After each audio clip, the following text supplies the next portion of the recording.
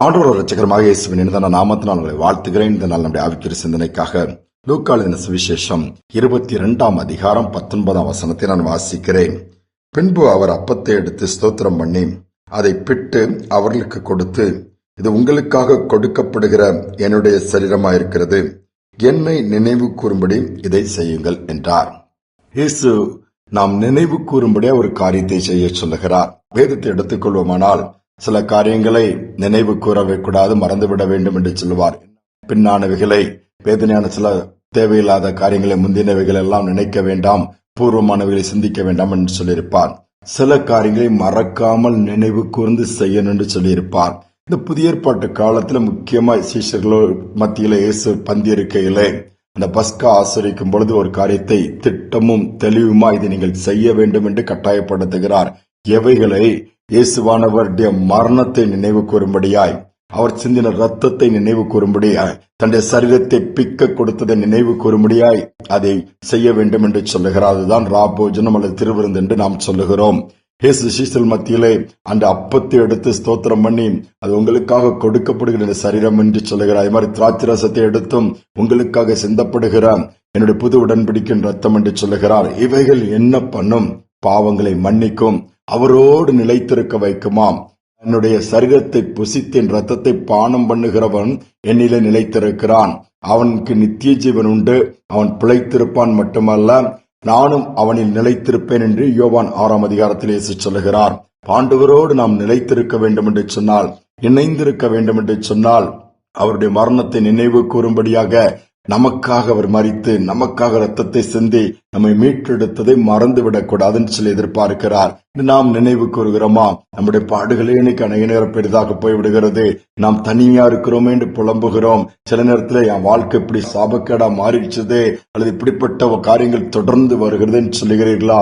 பரிகாரம் தேடி இன்னைக்கு உலக ஜனங்கள் எங்கெங்கெல்லாமோ போகிறார்கள். நிம்மதி கிடைக்குமா, சந்தோஷம் கிடைக்குமா, இந்த சூழ்நிலை மாறுமான்னு சொல்லி பல விதத்திலே மாற்றங்களே இல்லையா? இயேசுவானவர் சிந்தின ரத்தம், இயேசுவானவர் தன்னுடைய சரீரத்தை பிக்க கொடுத்ததை நினைவு கூர்ந்து நீங்கள் அதை செய்யும் பொழுது, ஆலயத்திற்கு ஆயத்தமாகி போய் அதை பெற்றுக் கொள்ளும் பொழுது, அல்லது அந்த திருவிருந்திலே கலந்து கொள்ளும் போது நிச்சயமாகவே சூழ்நிலைகள் மாறும், பாவங்கள் மன்னிக்கப்படுகிறது, பரிசுத்தம் உண்டாகிறது, நோய்கள் சுகமாகிறது, அற்புதங்கள் நடக்கிறது இன்னும் சொல்லிக்கொண்டே போகலாம். இயேசுவோடு இணைந்திருக்கும் பொழுது இம்மையிலும் அவரோடு வாழ்கிற ஒரு பாக்கியம், இந்த பூமிக்குரிய ஓட்டம் முடிந்த பின்பு மறுமையிலும் அவரோடு கூட வாழ்கிற ஒரு பாக்கியத்தை ஏற்படுத்தி இருக்கிறாரே. யாரும் அதை இழந்துவிடக் கூடாது என்பதுதான் நம்முடைய ஆண்டவருடைய திட்டமும் சித்தமும் பிரியமா இருக்கிறது. அதை நாம் என்றைக்காவது யோசிக்கிறோமா? இந்த நாள் அதை நினைவு கூறும்படியாகத்தான் மாண்டி தேஸ்ட் அல்லது வியாழன் அல்லது கட்டளை வியாழன் இதை சொல்லுவார்கள். அவர் இதை திட்டம் பண்ணினார். இன்னைக்கு நாம் அதை உணர்ந்து செயல்படுவோம். ஒரு முறை ஒரு ஆலயத்திலே ஆராதனை நடந்து கொண்டிருக்கும், அது ஒரு திருவிருந்து ஆராதனை. திருவிருந்து என்பது அநேகருக்கு தெரிந்திருக்கும். அந்த ஆல்டர்ல போய் முழங்கால் படிட்டு அதற்கு முன்பாக ஏற்ற ஆயத்தங்கள் இருக்கும்.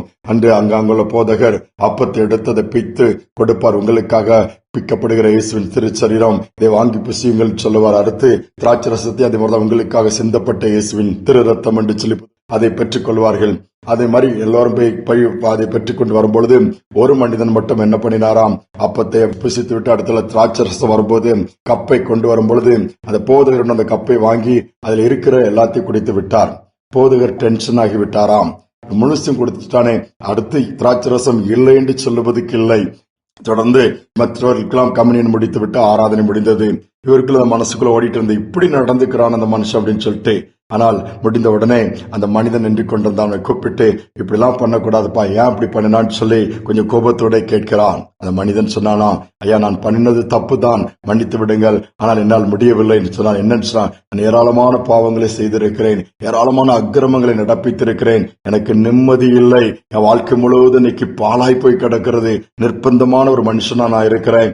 நீங்கள் இந்த வார்த்தைகள், இந்த வசனங்கள் என்னோடு பேசிச்சு நான் இந்த திருவிருந்தை கலந்து கொள்ள வேண்டும் என்று சொல்லி பல நாட்கள் நான் ஆயத்தமாயிருக்கிறேன். இன்று வரும்பொழுது நிறைய பாவம் செய்துட்டேன், நிறைய காரியங்களால இயேசுவின் ரத்தம் எனக்கு கொஞ்சம் நிறையவே தேவைப்பட்டுச்சு, அந்த ஒரு எண்ணத்துல நான் அதை வாங்கி பிடிச்சிட்டேன், மன்னித்து விடுங்கள் என்று சொன்னாராம்.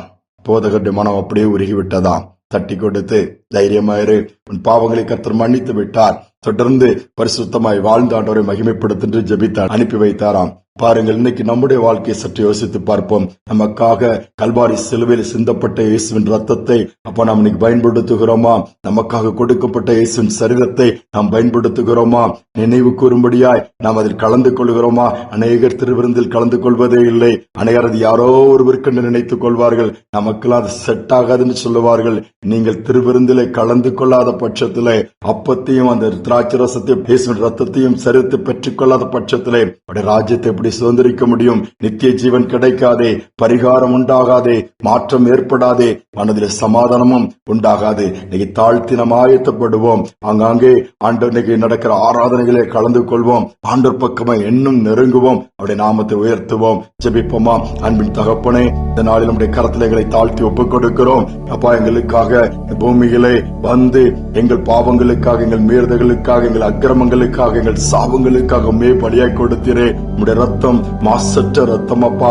உடைய ரத்தம் குறைவற்ற ரத்தம். உடைய ரத்தம் எங்களுக்காய் பரிந்து பேசுகிற ரத்தம். உடைய ரத்தம் எங்களை மீட்டெடுத்த ரத்தம் அப்பா. அந்த ரத்தத்தை உரிமையாக்கி கொள்ளும்படியாய், அதை பெற்றுக் கொள்ளும்படியாய் உடைய சரீரம் எங்களுக்காக பிக்கப்பட்ட கொடுக்கப்பட்ட பரிசுத்தமான சரீரம் அப்பா. அப்படிப்பட்ட ஒரு பெரிய பாக்கியத்தை பழைய ஏற்பாட்டு பரிசுத்தவான்களுக்கு கூட கிடைக்காத எங்களுக்கு கொடுத்திருக்கிறீர். அதை உணர்ந்து அதை நாங்கள் அற்பமா எண்ணாதபடி, புறக்கணிக்காதபடி, ஆயத்தமாகி அபாத்திரராக அல்ல பாத்திரவான்களாய் அதிலே பெற்றுக் கொள்ளக்கூடிய பாக்கியத்தை ஒவ்வொருவருக்கும் கொடுப்பீராக. கிருபையிலே வளர வேண்டும். உம்முடைய மரணத்தை நினைவு கூறும்படி நீர் செய்யும்படியாக கொடுத்த கட்டளைக்கு நாங்கள் கீழ்ப்படிய வேண்டும். அந்த கிருபையும் கொடுத்து வழி நடத்துங்க. எங்களை முழுவதுமா தாழ்த்தி ஒப்புக் கொடுக்கிறோம். தகுதிப்படுத்துங்க. துதி கன மகிமையெல்லாமுக்கு செலுத்துகிறோம். மீட்பு நாமத்தில் பிதாவே, ஆமேன், ஆமேன். கர்த்தர் கொடுத்த கட்டளைக்கு கீழ்ப்படிவோம். கீழ்ப்படியும் பொழுது மேலான நன்மைகளை கர்த்தர் கொடுத்து ஒரு நாள் வரும் இந்த மேலான உயரமான உன்னதமான ராஜ்யத்திலே சுதந்திரிக்கக்கூடிய பங்கடையக்கூடிய பாக்கியத்தை நமக்கு கர்த்தர் கொடுப்பார். இந்த சிந்தனையோடு இந்த நாளை தொடர்வோம். மீண்டுமாய் நாளை தினம் சந்திப்போம்.